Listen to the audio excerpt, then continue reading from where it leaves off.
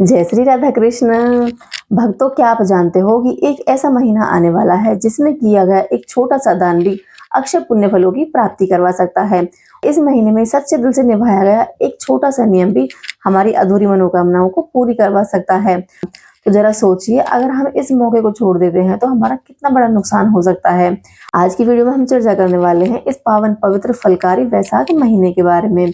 वैशाख मास का महत्व क्या होता है, इसकी पूजा विधि क्या है, साल 2026 में वैशाख स्नान कब से कब तक किया जाएगा और इस महीने में किए गए दान से हमें क्या फल मिलता है।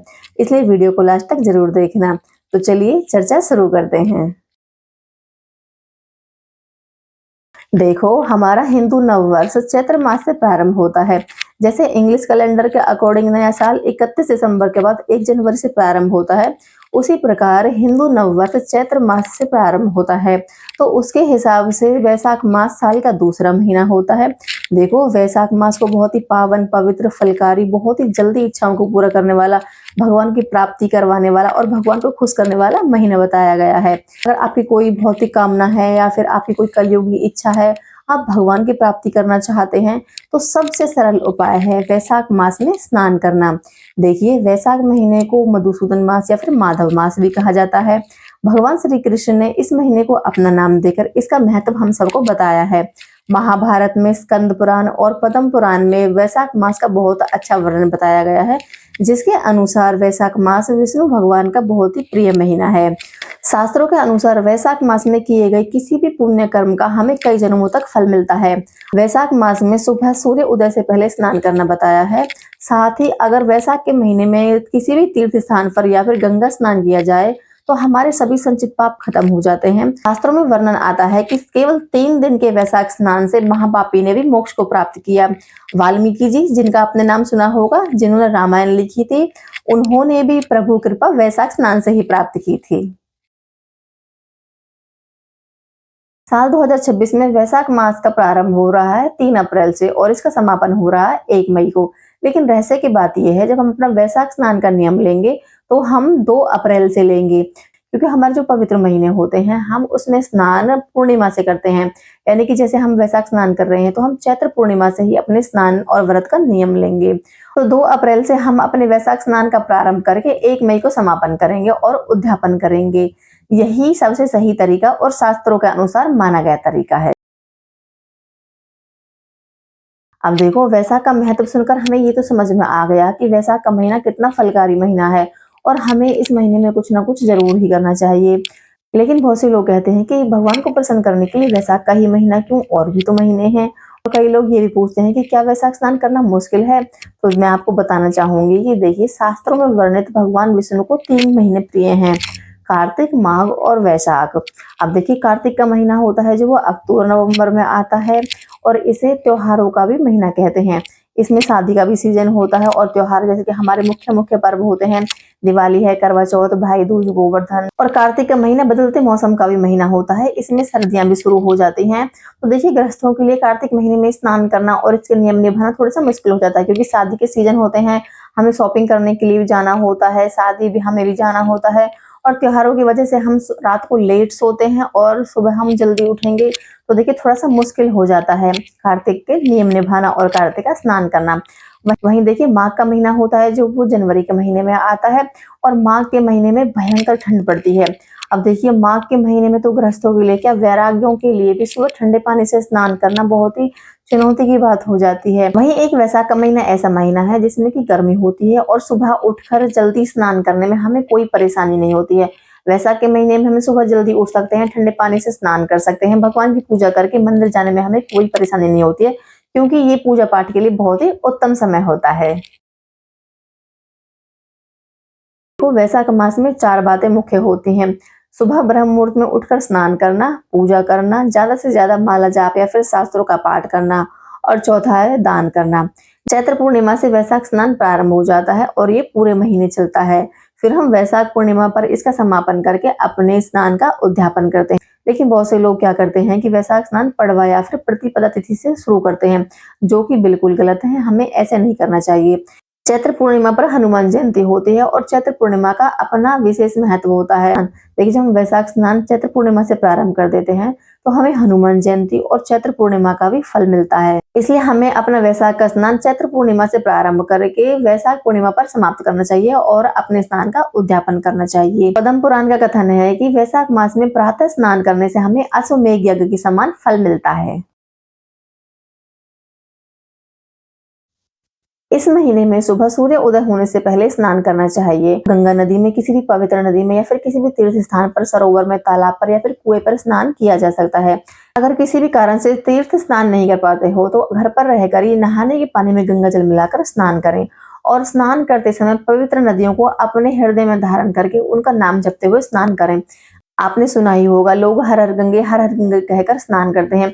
इससे हमें घर पर रहकर ही गंगा स्नान का पूरा फल मिलता है। देखिए, जब आप वैशाख मास का पहले दिन स्नान कर रहे हो यानी कि चैत्र पूर्णिमा पर स्नान कर रहे हो तो आपको सबसे पहले अपने स्नान का संकल्प लेना है। हाथ में जल लेकर भगवान से प्रार्थना करें कि हे मधुसूदन, मैं सूर्य के मेष राशि में स्थित होने पर सुबह जल्दी स्नान करूंगा, यानी कि पूरे महीने स्नान करूंगा या फिर करूंगी। स्नान करने के बाद साफ स्वच्छ कपड़े पहने और उगते हुए सूर्य को, यानी कि सूर्य जब पहली किरण के साथ निकले तो फिर उगते हुए सूर्य को हमें अर्घ देना है। ऐसा माना जाता है कि पहली किरण के साथ उगते हुए सूर्य को अगर जल अर्पित किया जाता है तो वो सीधा भगवान विष्णु को प्राप्त होता है। तो एक चीज याद रखना, जब आप सूर्य को जल दोगे तो पूर्व दिशा की तरफ मुंह करके आप जल दो और तांबे के लोटे का ही प्रयोग करना। उसमें आप रोली, कुमकुम, चावल, लाल रंग के पुष्प और थोड़ा सा गुड़ जरूर डाल लें। जब एकादशी होगी तो चावलों की जगह आपको तिल डालने हैं। एकादशी के दिन चावल का हम इस्तेमाल नहीं करते हैं। अब देखिए, अगर पॉसिबल हो सके तो आप तांबे के लोटे में थोड़ी सी कुसा जरूर डाल लेना। कुसा डालना बहुत ही अच्छा होता है, इससे हमें रोगों से मुक्ति मिलती है। अगर आपके घर में बालकनी वगैरह पर पूर्व दिशा नहीं पड़ती है तो आप किसी खुले स्थान पर भी जा सकते हो या फिर छत पर भी जा सकते हो। और एक चीज का ध्यान रखना, जब आप सूर्य को अर्घ दोगे तो वो जल जमीन पर ना पड़े। आप अर्घ देते समय नीचे गमला रख सकते हो या फिर कोई पात्र रख सकते हो और फिर उस पानी को आप चिड़ियों को पिला सकते हो या फिर पौधों में भी डाल सकते हो। इसके बाद हमें अपने घर के मंदिर में पूजा करनी है। बहुत से लोग पूछते हैं कि हमें अपने सेवित विग्रह को कब उठाना है, कब तैयार करना है।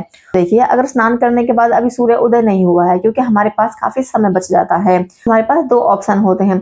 या तो आप अपने सेवित विग्रह को सुबह उठाकर उन्हें स्नान करके तैयार करवा सकते हैं या फिर दूसरा ऑप्शन है, आप माला जाप कर सकते हैं। दोनों ही तरीके सही है, आप कुछ भी कर सकते हैं। पूजा के बाद वैशाख मास का महत्व और इसकी कहानी जरूर पढ़नी या फिर हमें सुननी चाहिए। ये बहुत ही अच्छा होता है, इससे हमें बहुत अधिक फलों की प्राप्ति होती है। भगवान विष्णु की पूजा करनी है और शिवलिंग को जल चढ़ाना है। भगवान विष्णु को तुलसी दल और पीपल में जल जरूर चढ़ाएं। इसके बाद ही हमें दूध या फिर अन्न लेना चाहिए। और वैशाख के महीने में आपसे जो भी बन पड़े, जल का दान या अन्न का दान थोड़ा भी बन पड़े तो थोड़ा थोड़ा दान भी आप जरूर करें।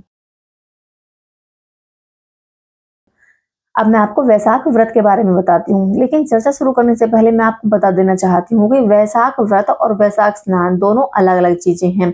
बहुत से लोग क्या सोचते हैं कि अगर हम वैशाख व्रत नहीं कर सकते तो वैशाख स्नान भी नहीं कर सकते हैं, लेकिन ऐसा बिल्कुल भी नहीं है। अगर आप व्रत नहीं कर सकते हो, क्योंकि इसका व्रत पूरे 1 महीने का होता है जिसमें एक समय खाना खाया जाता है।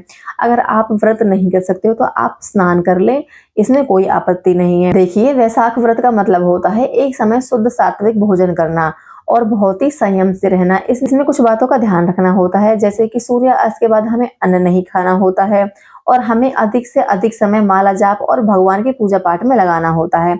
लेकिन आप अगर पूरे महीने का वैशाख व्रत नहीं कर पाते हो तो कोई बात नहीं। जो मुख्य मुख्य तिथियां आती है वैशाख के महीने में, आप उनका भी व्रत कर सकते हो। जैसे कि पूर्णमासी है, अमावस्या, एकादशी, अक्षय तृतीया, इन तिथियों का भी आप व्रत कर सकते हो।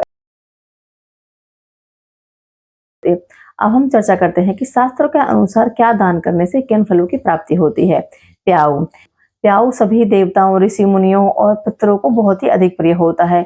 जो व्यक्ति प्याऊ लगवाता है वह ब्रह्मा, विष्णु, महेश और अन्य देवताओं को बहुत अधिक प्रिय होता है। वैशाख मास में जल की चाह रखने वाले को जल का दान, छाया की चाह रखने वाले को छाते का दान और पंखे की चाह रखने वाले को पंखे का दान करना चाहिए। जो व्यक्ति महात्माओं को प्रेम सहित शीतल जल प्रदान करता है वह उसकी मात्रा का 10,000 गुना राजस्व यज्ञों का फल प्राप्त करता है। जो व्यक्ति धूप और परिश्रम से पीड़ित ब्राह्मणों की पंखे से हवा करता है वह पाप रहित होकर भगवान के चरणों में स्थान प्राप्त करता है। जो व्यक्ति राह में थके हुए श्रेष्ठ ब्राह्मण को अपने वस्त्र से हवा करता है वह भगवान का सामीप्य प्राप्त करता है। जो विशुद्ध मन से जरूरतमंद को ताड़ का पंखा दान करता है, उसके सभी पाप खत्म हो जाते हैं और वह ब्रह्मलोक का वासी बन जाता है। जो अनाथों के लिए रास्ते में विश्राम गृह बनवाता है, उसके पुण्य फलों का वर्णन करना तो असंभव ही है। वैसाख के महीने में चप्पल जूते का दान करता है, वो विष्णु लोक में मोक्ष को प्राप्त करता है। वैसाख के महीने में दोपहर में घर में आए हुए ब्राह्मण या फिर मेहमान को भोजन करवाने से अनंत पुण्य फलों की प्राप्ति होती है। तो देखिए, वैसाख का महीना होता है जो गर्मी का महीना होता है और इसमें देखिए ठंडे फलों को दान कीजिए, जैसे कि तरबूज, खरबूज हो गया या फिर आम हो गई, देखो शीतलता प्रदान करे। आपने देखा होगा कि जगह जगह पर बहुत से लोग ठंडा या फिर शिकंजी भी पिला रहे होते हैं। पंखे का दान कीजिए, चप्पल जूते का दान कीजिए। देखिए, गर्मियों में धरती बहुत ही गर्म हो जाती है, जिससे कि चलने में बहुत ही कठिनाई होती है, इसलिए चप्पल जूते का दान तो आप जरूर ही कीजिए। देखिए, जब हम किसी को दान करते हैं ना, तो उसके दिल में से एक सच्ची दुआ निकलती है और वो दुआ हमारे कब कहाँ किस काम आ जाए हमें कुछ नहीं पता चलता।